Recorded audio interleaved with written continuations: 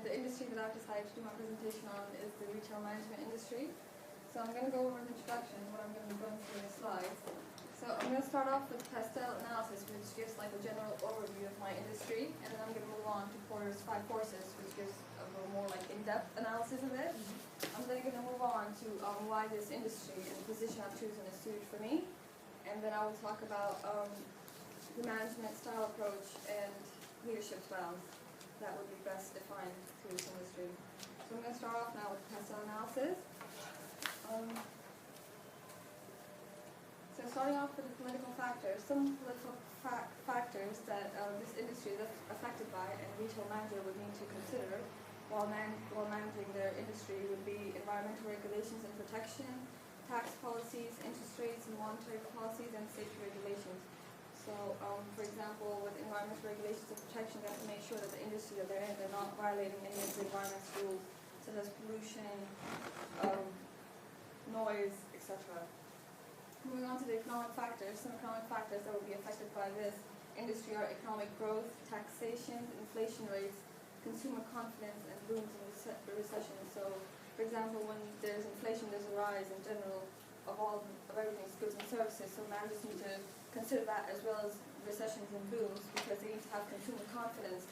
When there's a recession, they need to know how if consumers would rather save their money or spend it. So they need to work on that through their management styles. Moving on to the social factors, there's income distribution, demographic population growth, and age distribution, fashion hypes, and education and living. So basically, through demographs, the retail managers they need to look at the area that they're performing in. For example, if this is a residential area, you wouldn't want to open a pub there because, of course, that's not going to work out. You also need to look at the age that you're catering to. For example, if you're catering to teens or senior citizens, you have to make sure that, like, for example, the display windows or how you attract the customers, it matches your target audience. Then moving on to technological factors, you look at the new inventions and development and the life cycle and the speed of the technological obsolescence. So you make sure that you're up to date with all technology. You have online sources. For example, you have your website, you have your online way of shopping that the customers can access, and you have to be up to date with your technology. Because at the end of the day, in the retail industry, there's so many competitors, and if you slack off anywhere else, another competitor will take advantage and pull all your customers towards them. Then moving on to the environmental and legal factors, you have to be environment friendly, you have to recycle and be like energy and cost efficient, because as you can see, the more that we're getting into newer generation, they're more environmental friendly and they want to go green. So when customers, when they want to shop from you, when they approach you, they want to make sure that you are protecting the environment, that you recycle. For example, you probably notice that when you go shopping, most of the employees or workers, they ask you that, would you like a plastic bag? And that's to be environmental friendly, because plastic bags are not safe for the environment. So there's just, you make sure that the customers do have that option at the end of the day. Some legal factors are employment laws, health and safety laws, competition regulations, and consumer protection. For example, with employment laws, you make sure that you're employing the right sort of people and you're going by the law. For example, if there's an international student like myself that's here on a student visa, if I'm being employed, the retail manager would have to make sure that I am working a certain amount of hours and I don't exceed those, otherwise you would be in trouble with the UKDA. Also, you make sure that you follow the competition regulations, like, for example, how Apple and Samsung, they have their own patents, so you cannot copy one of their products, and you cannot breach that law of theirs that they have already copyrighted. So now I'm going to move on to Porter's 5 forces, and this is going to have more of an in-depth analysis of my industry. So I'm going to start off with the competitors. We all know that in the retail management industry, there are so many competitors, and they grow, and you get more and more every day. So the best for a retail manager is to make sure that their management style and how they serve their customers and how the environment of the department store is different from everyone else, and it matches the prices that they have, matches the competitors, because if you charge a little more anywhere, there's so many substitutes that your customers will go to someone else.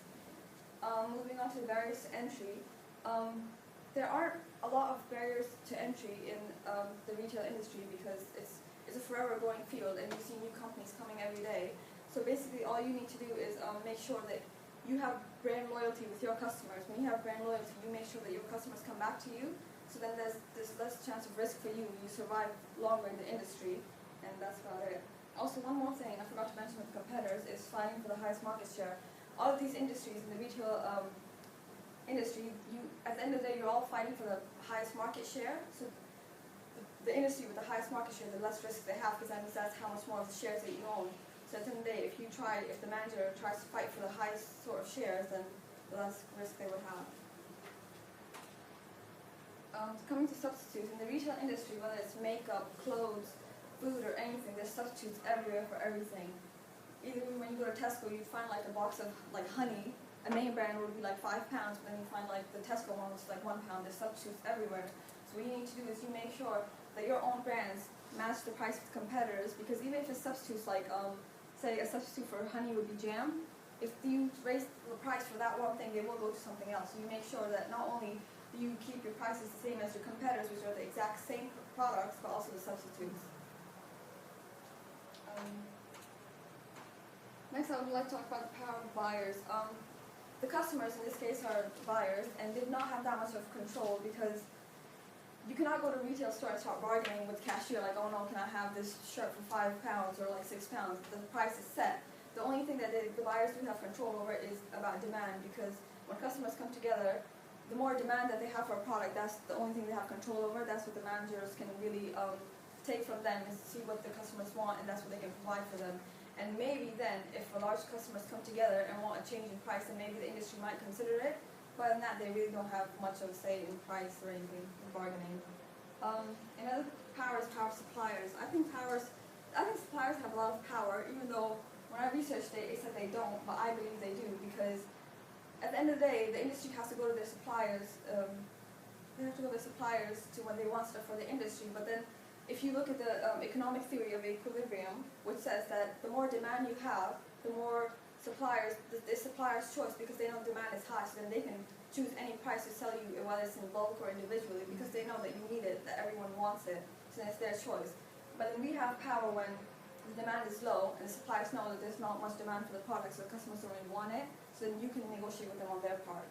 But for the most part, they have a lot of power, because as retail manager, you would always want what's demanded most by the people, and the suppliers know that you need it and you want it, so then they could basically charge you, maybe even rip you off, if they could. I'm now going to move on to the position or role that I'm personally interested in for this industry, and that's a retail manager, which is right after I graduate. Basically, the retail manager, it's the base of the industry, because that person is on the ground level dealing with customers and the employees. Yeah, you have the director, yeah, you have your CEOs, they're much higher, but the main person is the retail manager, because they have to control with the people on the ground floor, like employees and customers. They basically communicate by telling a story of who, what, where, when, how, and where. So they find out what is needed, where it's needed, how it's going to be produced, and when it needs to be there.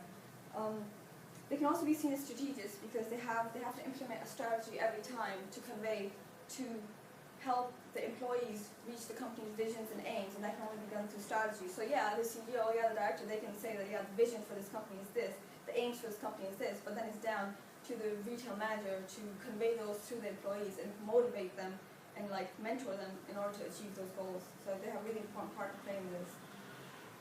Because like, you know, since they are the base of the whole industry, because they're the ones controlling everything on the ground floor, we always know that if the base of something is messed up, everything else is going to be messed up that goes with it. Coming on to why this industry really suited to me, I think it's because I like working with people, I work well with customers. Not only that, I've been working on the shop floor, like in the retail industry, since the age of 16. And I've been working with a lot of different levels of department stores. Like I've worked as a waitress in Olive Garden, we work with customers there and managers. I worked in Mandy's, I worked in Forever 21, and now I work in Harrods.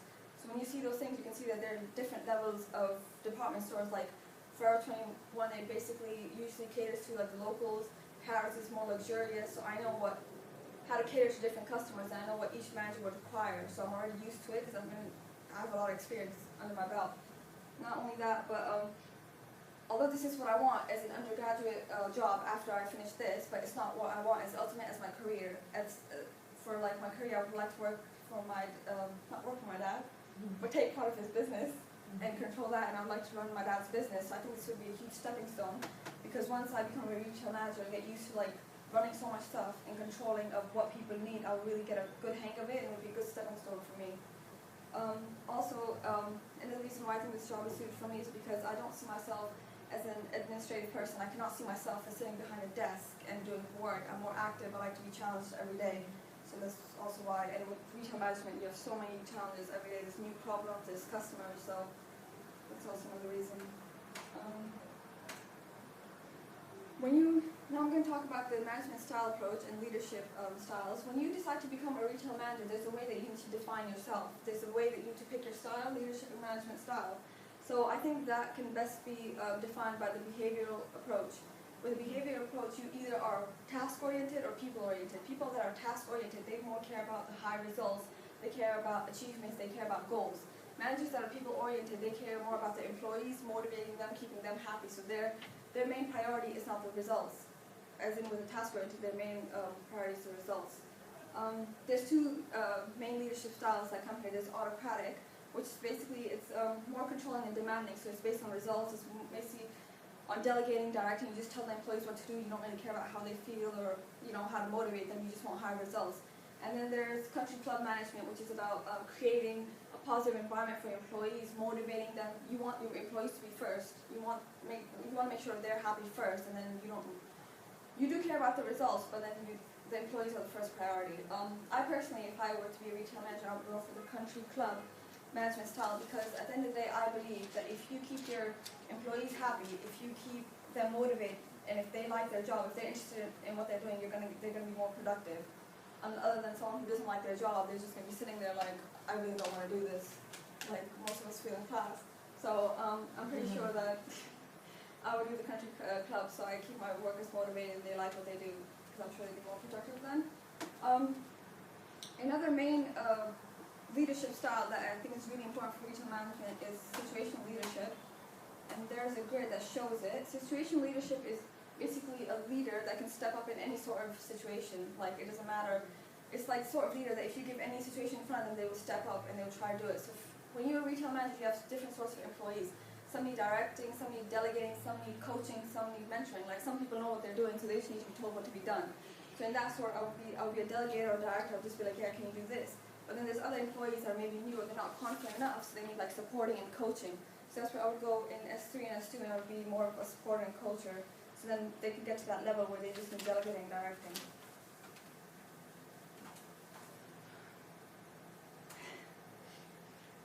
Now I'm coming to the end of my presentation. So in conclusion, I think there's a lot of opportunities in this industry because it's a never-dying industry. The retail industry will go on forever. It will never stop because people will always demand, and you will always have to provide them with like resources. They will never stop demanding, so it never dies.